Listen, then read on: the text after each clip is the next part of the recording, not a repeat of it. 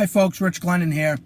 I had a little time to kill today, so I figured I'd entertain you all with a story about the Boston Marathon that I ran back in 2010. So, back in 2010, I decided to run this marathon to raise money for Dana-Farber. I had a nephew that was really sick, and I wanted to really help out however I could, as well as accomplish one of my bucket list items, because the marathon always was right around my birthday, so it's something I always wanted to do. So, unfortunately, I really didn't get involved in the fundraising or the training the way I should have from the get-go.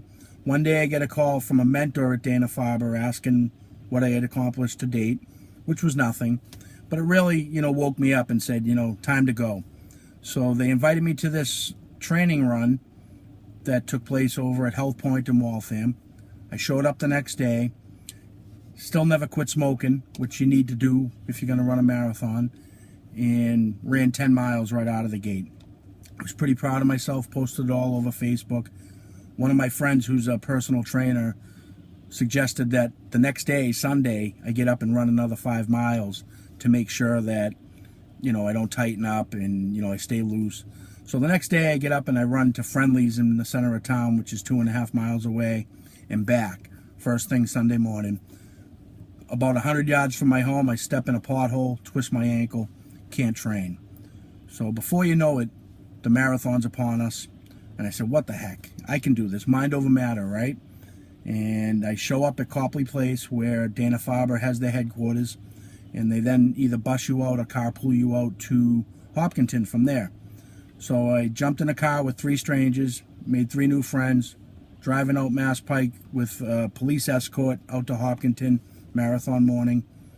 And that's when I realized, oh damn, this is far way away from Boston. I got a long way to go. Reality kind of set in. So I get to marathon headquarters, which was at St. John Baptist in Hopkinton for Dana-Farber. Buddy there tells me, hey, you need to lube up.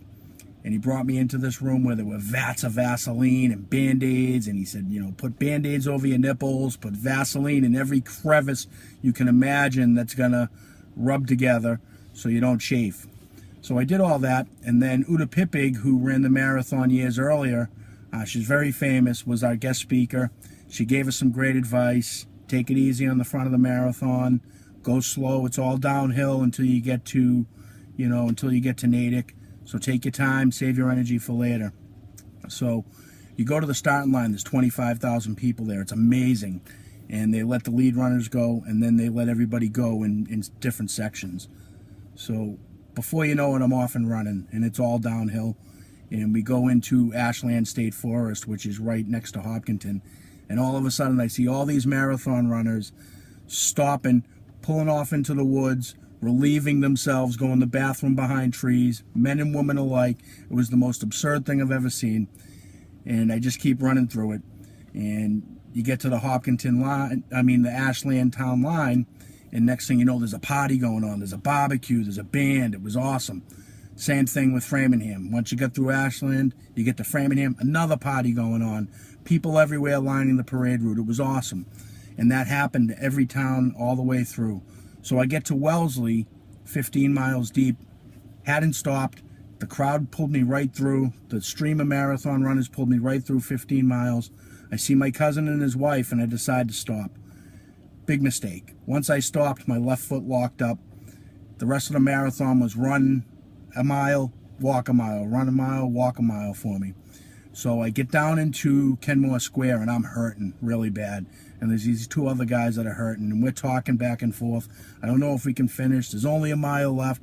Are we going to finish it running?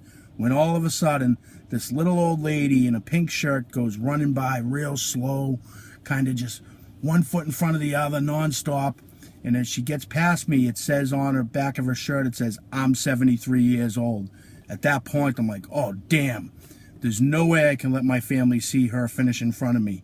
My family that's been waiting at that finish line for 6 hours now. There's no way. So I said, see you later, guys. And I ran and I ran and I ran, and I passed her on Hemingway Street.